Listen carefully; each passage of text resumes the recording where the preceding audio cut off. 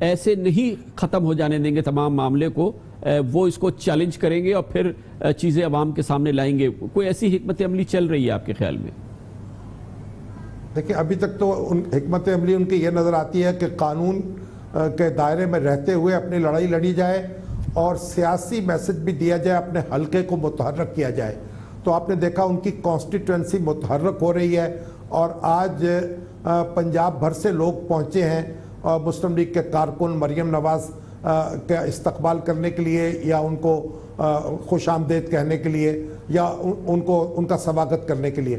تو مسلم لیگ نون جو ہے اپنی جو کانسٹیٹوئنسی ہے اور اپنی جو اس کو بھی زندہ کر رہی ہے، متحرک کر رہی ہے. اور یہ جو زبان بولی جا رہی ہے یہ لوگوں کو سیاسی طور پر اس بات کا قائل کیا جا رہا ہے کہ وہ ایک جارحانہ موڈ میں اپنی سیاست جو ہے اس کے لیے تیار ہو جائیں اور انتخابات تک نوبت آئے تو پوری شدت سے اس میں اپنی قوت کا گویا کہ اس کے اگلے مرحلے میں آپ ایک جارحانہ سیاست کا بھی ماحول آپ دیکھ سکتے ہیں. اگر اس کی ضرورت پڑی تو بھرپور جارحانہ انداز کی سیاست جو ہے وہ پھر اگلے اس میں نظر آئے گی، کیونکہ یہ بار بار جو وزراء ہیں دوسرے مسلم لیگ نون کے لوگ کہہ رہے ہیں کہ اگر ہماری حکومت گئی بھی تو ہم کوئی عوامی احتجاج برپا نہیں کریں گے. کیا واقعی ایسا ان کا پلان ہے؟ کیونکہ اگر عوامی احتجاج برپا ہوگا تو پھر تصادم کی صورت پیدا ہوگی، اور تصادم کی صورت پیدا ہوگی تو پھر غیر آئینی طاقتیں جو ہیں ان کے لیے راستہ ہموار ہوگا. اور آج تو 5 جولائی ہے اور اس کا بھی ایک پیغام یہی ہے. تو اس لیے دستور کے دائرے میں رہ کر لڑائی لڑنی ہوگی اور اپنی قوت کا مظاہرہ کرنا ہوگا اور معاملات کو انتخابات تک لے جانا ہوگا. میرا خیال ہے یہ بات مسلم لیگ نون جو ہے وہ اچھی طرح سمجھ رہی ہے اور اگر اس سے تجاوز ہوگا تو خود اپنے پاؤں پر کلہاڑی مارنے کے مترادف ہوگا. بہت بہت شکریہ جناب مجیب الرحمان شامی ہمارے ساتھ تھے. خبر بریک اور اس کے بعد ذکر کرتے ہیں سیاسی عدم استحکام کی کیفیت کے اندر ملک کا نقصان تو ضرور ہوتا ہے اور ہو رہا ہے، کاروبار کا، معیشت کا نقصان ہے اور آج ایک بڑا نقصان ہوا ہے. روپے کی قیمت ڈالر کے مقابلے میں 9 سال میں سب سے تیزی سے گری ہے، بالکل اچانک گری ہے. تقریباً 3% آج ڈالر مہنگا ہو گیا ہے روپے کے مقابلے میں. جو 106 روپے کا مل رہا تھا 106 روپے 20 پیسے کا آج 109 روپے میں بھی نہیں ملتا. اس کے بہت کلیدی نقصانات ہیں، اس کی بات کرتے ہیں چھوٹے سے وقت کے بعد.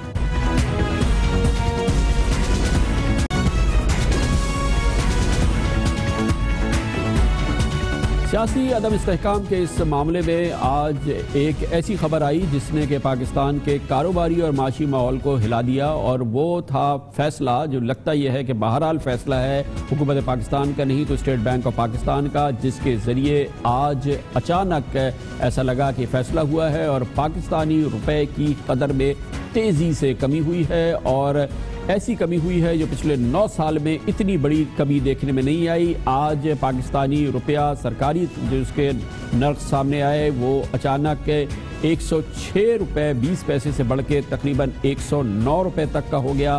اور اوپن مارکیٹ میں ڈالر ڈھونڈے سے نہیں مل رہا تھا، اور اس تیزی سے جو قدر میں کمی ہوئی اس میں انٹر بینک میں تقریباً 3 روپے 55 پیسے اس میں اضافہ ہوا اور 108 روپے 50 پیسے کا ایک وقت پہ ہو گیا، پھر اس کے بعد 109 روپے تک کا ہو گیا اور پوری مارکیٹ میں ایک تلاطم تھا.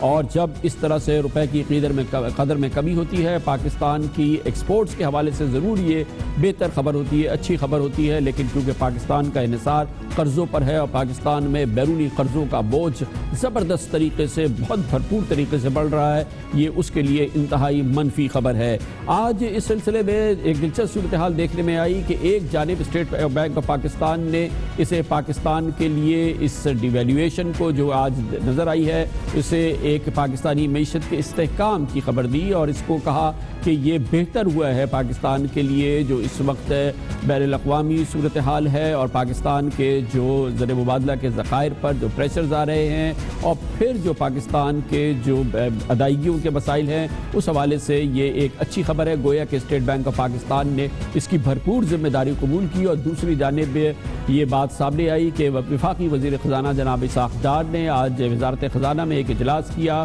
اور جہاں پر انہوں نے سخت برہمی کا اظہار کیا اپنے آفیشلز پر، دوسرے اسٹیک ہولڈرز پر کہ شاید ان کے خیال میں سیاسی عدم استحکام کا اسپیکولیٹرز نے فائدہ اٹھایا ہے اور جس کی وجہ سے ان کے بقول شاید یہ مصنوعی طور پہ روپے کی قدر میں کمی کی گئی ہے۔ آج کی اس ڈرامائی صورتحال پہ بات کرنے کے لیے ہمارے ساتھ موجود ہے ایک بار پھر جناب محمد سہیل جو چیف ایگزیکٹو آفیسر ہیں ٹاپ لائن سیکیورٹیز کے۔ بہت بہت شکریہ سہیل صاحب۔ بالکل اچانک یہ چیز ہوئی ہے، گویا کہ یہ ایک سرپرائز تھا مارکیٹ کے لیے۔ دیکھیں ٹائمنگ وائز سرپرائز ضرور تھا، مگر ڈی ویلیویشن یا روپے کی قدر کا گرنا تو یہ کوئی تعجب خیز بات نہیں تھی، کیونکہ پچھلے کوئی ایک سال سے جب سے کرنٹ اکاؤنٹ ڈیفیسٹ بڑھ رہا تھا تو یہ ایک طرح سے کنسنسس ہی تھا کہ پاکستانی روپیہ جو ہے وہ اوور ویلیوڈ ہے، اس کو ایڈجسٹ ہونا چاہیے۔ مگر وقت کے لحاظ سے دو ویوز تھے، کچھ کہہ رہے تھے فوراً ہو جائے، بہت کم لوگ کہہ رہے تھے جلدی ہوگا، زیادہ تر کا خیال یہی تھا کہ وہ اگلے سال ہوگا جب حکومت پی ایم ایل این کی ختم ہو جائے گی، کیونکہ اس کے سیاسی لیکن گراوٹ کافی بڑی ہے۔ نہیں، گراوٹ بڑی نہیں ہے، بلکہ آئی ایم ایف تو اپنی رپورٹ میں 20% لکھ رہا ہے اوور ویلیو ہے، کچھ اکانومسٹ نے 15% کہا ہے۔ مگر ساگ ڈار صاحب کا ایک تقریر تھی اکانومک سروے جب وہ لانچ کر رہے تھے تو انہوں نے اس کو کلیریفائی کیا تھا کہ ہماری کرنسی 15-20% اوور ویلیو نہیں ہے، 4-5% کی انہوں نے ہنٹ دی تھی، اور یہی اتنا ہی ڈی ویلیویشن ہوا ہے، کوئی 3.5%۔ تو میرے خیال میں یہ ان کے ذہن میں تھا۔ صرف جو سرپرائزنگ بات ہے وہ ہے ٹائمنگ کی، ایکسپیکٹ کیا جا رہا تھا یہ اگلے سال ہو۔ اچھا، مگر یہ اس حکومت کی دوسری ڈی ویلیوشن، دوسری بار روپے کی قدر میں اتنی تیزی سے کمی ہوئی؟ جی بالکل، یہ انجینئرڈ لگ رہا ہے، بالکل یہ ویل پلانڈ ہے، کیونکہ یہ 2013 میں سپٹمبر میں بھی کوئی ایک دن میں 4 روپے 3.5-4 روپے کی گراوٹ دیکھی گئی تھی۔ اس وقت بھی یہی پریشر تھا کہ جو ریجنل پارٹنرز تھے وہاں کرنسی ڈی ویلیو ہو رہی تھی، پاکستان کی ایکسپورٹس ہٹ ہو رہی تھی، اور اس دفعہ بھی انہوں نے کچھ اسی طرح کا کیا۔ تو میں تو یہی کہوں گا کہ دیر آئے درست آئے والی بات ہے کہ یہ ہونا تھا، کتنا ہونا تھا اس پہ بحث ہو سکتی ہے، مگر ٹائمنگ نے تھوڑا سا۔ اچھا، مگر اس کے نیگیٹو اثرات تو ہے نا، ہمارے پر قرضوں کا اتنا بڑا بوجھ ہے اور ایک دن میں یہ قرضے ہمارے سمجھ لیجئے روپے کی مد میں 3.5% بڑھ گئے نا۔ دیکھیں یہ تھیوریٹیکل بالکل بات صحیح ہے، مگر دوسری جانب یہ دیکھیں کامران صاحب کہ یہ جب سے حکومت آئی ہے ایکسپورٹس گر رہی ہیں، تواتر سے گر رہی ہیں، آلدو ایکسپورٹس اور ڈی ویلیویشن کا پاکستان میں کوئی ڈائریکٹ لنک نہیں ہے، مگر دوسری جانب امپورٹس اتنی سستی ہو گئی ہے، لوگ گاڑیاں منگا رہے ہیں، لوگ موبائل فون منگا رہے ہیں اور دوسری بھی چیزیں منگا رہے ہیں، تو اس کو بھی ڈسکریج کرنا تھا۔ تو میں نے کہا کہ یہ کرنسی کا گرنا، بلکہ یہ جو ایک رینج تھی، کچھ لوگ 3% کہہ رہے تھے، کچھ لوگ 20% کہہ رہے تھے، تو یہ تو نچلی سطح پر ہوا ہے۔ مگر ایکسپورٹس کو مینیج کرنے کے تو دوسرے ذریعے ہونے چاہیے نا، یہ روپے کی اپنی کرنسی کی قدر کو گرا کے تو ایکسپورٹس کو بہتر نہیں بنایا جا سکتا۔ بالکل آپ نے بجا فرمایا، جو 90s میں ہوتا آ رہا ہے وہ ظاہر کرتا ہے کہ ایکسپورٹس اور کرنسی کی لنکیج اتنی اسٹرانگ پاکستان میں نہیں ہے۔ یہ ایک فیکٹر ضرور ہے، ان کو دوسرے جو چیزیں ہیں، جو دوسرے چیلنجز ہیں، ویلیو ایڈیشن ہے یا جو نئے سیکٹر کی تلاش ہے، اس پر بھی توجہ دینی چاہیے۔ اچھا، آپ کے ہاں یہ پاکستان سٹاک مارکیٹ میں اس کا کوئی منفی اثر نہیں ہوا آج روپے کی قدر گری؟ دیکھیں، ایک تو یہ کہ ایک بہت بڑا سیگمنٹ جو فورن انویسٹرز کا ہوتا ہے ان تک تو یہ خبر پہنچی نہیں۔ اکثر سرمایہ کار جو ہوتے ہیں وہ یا تو یورپین ہوتے ہیں یا امریکن ہوتے ہیں، تو وہ شاید ریاکشن کل آئے، مگر جن اکانومیز میں ایک بڑا ڈی ویلیویشن ہوا ہے اس کے بعد تو سرمایہ کاری بڑھی ہے، کیونکہ یہ جس طرح اسٹیٹ بینک نے کہا کہ جو امبیلنس ہے اس کو ختم کرنے میں یہ مددگار ثابت ہوگا اور گروتھ کو سپورٹ کرے گا، تو یہ تو ایک طرح سے پازیٹیو ہے۔ مگر ہمیں یہ نہیں بھولنا چاہیے کہ یہ ڈی ویلیویشن اس وقت ہوا ہے جب ایک سیاسی کشمکش بھی جاری ہے، اور 10 اور 11 تاریخ کو جو فیصلے آنے وہ بھی بہت امپورٹنٹ ہے۔ میرے خیال میں یہ جب سیاسی ہلچل ختم ہوگی تو یہ چیز جو ڈی ویلیویشن ہے اس کو انویسٹر تھوڑا سا پازیٹیو لیں گے۔ بہت بہت شکریہ جناب محمد سہیل ہمارے ساتھ ہیں۔ کمرشل بریک، اور اس کے بعد ذکر کریں گے کام دکھایا ہے سندھ حکومت نے، پیپلز پارٹی کی حکومت نے سندھ اسمبلی میں کل ایک قانون پاس کرا دیا، مخصوص شوگر ملز میں موجود مخصوص بجلی گھروں کو اس سے فائدہ ہوگا، اور انہوں نے کہا کہ اس کے جو نرخ، جو وفاقی نرخ ہیں اور جو کہ اس کو نرخ ملنے چاہیے تھے یا نہیں مل رہے اب، اس میں جو ڈفرنس ہوگا وہ سندھ کے سرکاری خزانے سے ادا کیا جائے گا۔ یہ بڑا دلچسپ کہانی کی ابتدا ہے، اس کی بات کرتے ہیں چھوٹے سے وقفے کے بعد۔ اس وقت جب سارے میڈیا کی نگاہیں مرکوز تھی سندھ اسمبلی کے گزشتہ اجلاس میں اس بل کی جانب جس کے ذریعے سندھ حکومت نیب کے سندھ کے سرکاری معاملوں میں اختیار کو مکمل طور پہ ختم کر رہی تھی، خاموشی سے کام دکھایا گیا۔ پیپلز پارٹی کی حکومت نے اکثریت کی بنیاد پر ایک قانون پاس کرایا جو بہت ہی دلچسپ معاملہ ہے اور بڑی دلچسپ کہانی ہے۔ سندھ حکومت نے دراصل اس کے ذریعے اپنے چند بلکہ مقصود من پسند نجی بجلی گھروں کو نوازنے کے لیے ایک انوکھا طریقہ کار اختیار کیا، قانون پاس کر دیا، اور سندھ کی مخصوص شوگر ملوں میں قائم 7 کیپٹیو پاور پلانٹس کو، وہ پاور پلانٹ جو ان شوگر ملز میں کام کرتے ہیں، ان کو سبسڈی دینے کا ایک قانون سندھ اسمبلی سے منظور کرا لیا، جس کی وجہ سے سندھ کے سرکاری خزانے پہ تقریباً ہر سال 5 ارب روپے کا بوجھ پڑا کرے گا۔ آپ کو بتائیں کہ کیپٹیو پاور پلانٹ سے مراد وہ بجلی پیدا کرنے کے کارخانے ہوتے ہیں جو شوگر ملز میں قائم ہیں، اور جو سندھ کے نئے قانون سے ان مخصوص بجلی گھروں کو فائدہ پہنچانے کے لیے ہوگا جو حکومت کی انتہائی من پسند شوگر ملز میں قائم ہیں سندھ کے اندر۔ یہ بات سب جانتے ہیں کہ ان شوگر ملز کا حقیقی مالک کون ہے۔ 2 روز قبل سندھ اسمبلی سے منظور ہونے والے Sindh new captive power plant subsidy میں اس بل میں 2017 کے تحت اس بل کے تحت پہلے سے قائم کیپٹیو پاور پلانٹس اور آئندہ 1.5 سال میں لگائے جانے والے بجلی کے کارخانے بجلی کی قیمت کی مد میں ہونے والے نقصان سبسڈی کی صورت میں سندھ کے سرکاری خزانے سے پورا کیا جائے گا۔ یہ پہلا غیر معمولی واقعہ ہے کیونکہ یہ سارا معاملہ وفاق کا ہے۔ یہ بجلی بنائی جا رہی ہے، وفاق کو فروخت کی جا رہی ہے، نیپرا اس کے بجلی کے خریدنے کے نرخ پورے پاکستان میں مقرر کرتی ہے، لیکن چند مخصوص ملوں میں قائم چند مخصوص بجلی گھروں کے لیے سندھ نے یہ ایک انوکھا قانون انٹروڈیوس کرا دیا ہے۔ اور جیسا کہ ہم آپ کو بتا رہے ہیں کہ یہ ایک بڑا دلچسپ معاملہ ہے اور یہ ایک بڑی دلچسپ کہانی ہے جس کی ابتدا ہے۔ اس کی تفصیلات ہم آپ کو مزید دیتے ہیں، اور اس کے لیے ہمیں ایک بار پھر جوائن کیا ہے سندھ کے انتہائی باخبر صحافی اور ہمارے نمائندے خصوصی اختیار کھوکر نے۔ بہت بہت شکریہ کھوکر صاحب۔ بتائیے گا کہ کیوں ہم کہہ رہے ہیں کہ یہ ایک غیر معمولی قدم ہے اور یہ ایک انوکھا کام کیا ہے، سندھ اسمبلی سے کروایا گیا ہے کل، کیوں ہے یہ ایسی بات؟ جی خان صاحب، یہ جو پاور پلانٹس ہیں یہ تقریباً آج سے 10 سال پہلے لگائے گئے تھے، اور جس طرح آپ نے بتایا کہ مخصوص شوگر ملوں میں لگائے گئے تھے۔ ان پاور پلانٹس کے لیے پہلے ان کی بجلی کی خریداری کے نرخ جو ہے نا، جب پاکستان پیپل پارٹی کی حکومت تھی وفاق میں بھی اور سندھ میں بھی، تو 2009 میں پیپکو کے ذریعے ان کے نرخ بجلی کے خریداری کے مقرر کیے گئے تھے، اور وہ بہت کافی ہائر ریٹ پہ تھے۔ بعد میں نیپرا نے ان ریٹس کو ہائر قرار دے کر اور کہا کہ یہ اس سے بہت بڑا نقصان ہو رہا ہے، ایسا کبھی نہیں ہوگا اتنے زیادہ نرخ پر بجلی خریدی جائے۔ پھر انہوں نے نرخ کو کم کر دیا اور کو ریشنلائز کیا، جس کے نتیجے میں جب انہوں نے ایکسرسائز کی وفاقی وزارت پانی اور بجلی نے، ان ایکسرسائز کے نتیجے میں ان پاور پلانٹس کو کہا گیا کہ آپ سے جو بجلی خریدی گئی ہے مہنگے نرخ پر، اس کے نتیجے میں آپ تقریباً 8 ارب روپے وفاقی خزانے سے زیادہ لے گئے ہیں، اس لیے آئندہ آپ سے جتنی بھی بجلی خریدی جائے گی وہ پیسے کاٹ کر پھر آپ کو پیسے دیے جائیں گے۔ تو وہ اس کا معاملہ یہ ہوا کہ ان پاور پلانٹس کے لیے بہت مشکل نظر آ رہا تھا کہ اتنی بڑی رقم ان سے کاٹی جائے، پھر انہوں نے بند کر دیا، اور بعد میں یہ معاملہ کسی طرح سے ایک میڈیا میں اٹھایا گیا کہ جی بڑی زیادتی ہو رہی ہے، اور پھر ایک سندھ اسمبلی میں قرارداد منظور کرائی گئی 16 مئی کو 2017 کو، اور دلچسپ بات یہ ہے کہ وہ قرارداد پاکستان پیپل پارٹی کے کسی رکن کے بجائے پی ٹی آئی کے رکن خرم شیر زمان کے ذریعے منظور کرائی گئی، اور اس میں قرارداد کھوکر صاحب اس میں ایک امپورٹنٹ بات یہ ہے کہ گویا کہ جو میں ابھی تک سمجھ رہا ہوں اس تمام چیز کو سمجھ کے، ایک تو وہ 8 ارب روپے جو کہ ان مخصوص بجلی گھروں کو جو کہ ان مخصوص شوگر ملز میں قائم ہیں انہیں وفاق نے دینا ہے، اب وہ ادائیگی ایک طرح سے حکومت سندھ کرے گی ان کی جانب سے، اور پھر آئندہ بھی جو ان کو اس سلسلے میں مزید ادائیگیاں کرنی ہوگی وہ بھی حکومت سندھ نے اپنے ذمے لے لی ہے، صرف ان کارخانوں کے حوالے سے، ان چند مخصوص کارخانوں کے حوالے سے۔ خان صاحب، یہ قانون اس طرح کا منظور کیا گیا ہے کہ بجلی تو یہ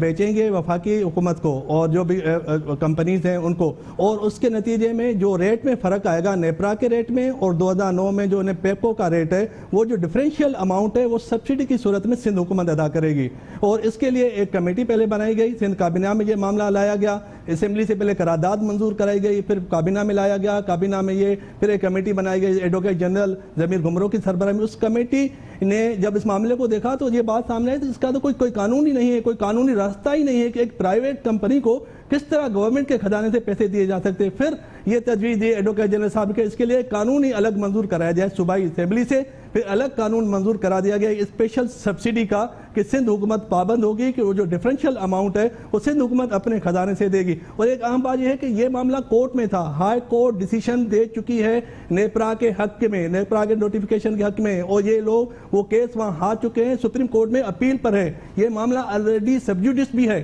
پھر بھی سندھ اسمبلی کے ایوان سے یہ اسپیشل بل پاس کرایا گیا. یہ پہلی بار نہیں ہوا, اس سے پہلے بھی شوگر ملوں کو سبسڈی دی گئی گنے کی خریداری کے مد میں. جب انٹرنیشنل مارکیٹ میں چینی کی قیمتیں کم ہو گئیں, ان کو نقصان ہو رہا, تو گنے کی خریداری کے مد میں 6 ارب روپے کی سبسڈی شوگر ملوں نے حاصل کی سندھ حکومت سے. وہ آبادگاروں کو 80% آبادگاروں کو منتقل دیں گی. یعنی ان کو جب بھی نقصان ہوتا ہے اپنے ذاتی کاروبار میں, پھر سندھ کے خزانے سے رقم نکالنے کا نیا طریقہ نکال لیتے ہیں یہ لوگ. بہت بہت شکریہ اختیار کھوکر ہمارے ساتھ تھے. گویا کہ یہ مخصوص شوگر ملز میں قائم مخصوص بجلی گھروں کو جو بھی نقصان ہوگا, اب نیپرا جس نرخ پر ان سے بجلی خریدے گی, اور یہ بجلی آپ کو یقین ہونا چاہیے کہ یہ سندھ کے لیے نہیں ہے, یہ وفاقی گرڈ میں جاتی ہے اور اس کی ان کو ادائیگی ہوتی ہے. لیکن ایک نرخ کے حوالے سے اب اس کی جو لیفٹ اوورز ہوں گے, جو ادائیگی ہوگی, وہ حکومت سندھ اپنی جیب سے کرے گی. ایک نئی مثال قائم کی ہے حکومت سندھ نے, اور جمہوری فیصلہ ہے کیونکہ سندھ اسمبلی نے اس سلسلے میں باقاعدہ بل پاس کیا. گویا کہ یہ بہت اہم معاملہ تھا سندھ کے عوام کے لیے. اس کے ساتھ ہی ہمارے آج کے پروگرام کا اختتام ہوتا ہے. کل آپ سے پھر ملاقات ہوگی انشاءاللہ. کل تک کے لیے کامران خان کو اجازت. اللہ حافظ و ناصر.